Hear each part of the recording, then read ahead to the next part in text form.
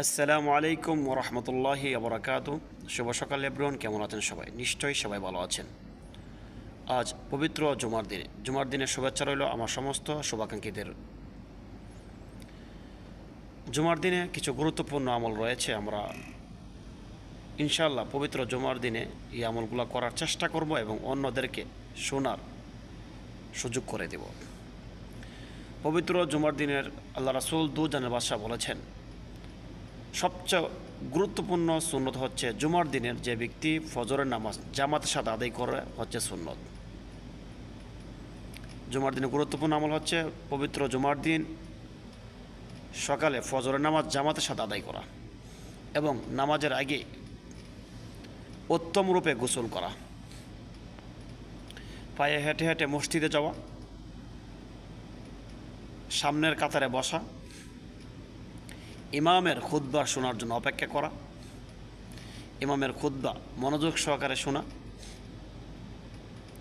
এই সমস্ত কিছু বিষয় আছে গুরুত্বপূর্ণ আমলের কথা বলা হয়েছে।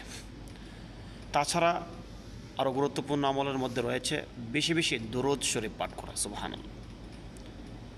এবং পবিত্র জুমার সম্পর্কে বলা হয়েছে সপ্তাহে শ্রেষ্ঠ একটা দিন এবং গুনাহ মাফের আর একটা সুযোগ রয়েছে। আমরা বিশেষ করে মাগফিরাত কামনা করব কবরবাসীদের জন্য, নিজের জন্য মাগফিরাত কামনা করা, আত্মীয় স্বজনদের জন্য মাগফিরাত কামনা করা, দান সদকা করা। পবিত্র জুমার দিনে আরেকটা গুরুত্বপূর্ণ আমল রয়েছে, যেটা হচ্ছে সূরা কাহাফ তেলাওয়াত করা।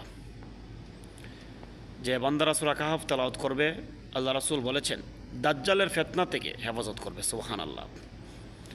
পরবর্তী জুমার আগ পর্যন্ত রব্বে কারিম ভরপুর বারাকা দান করেন এবং নূরে আলোকিত করে দেন।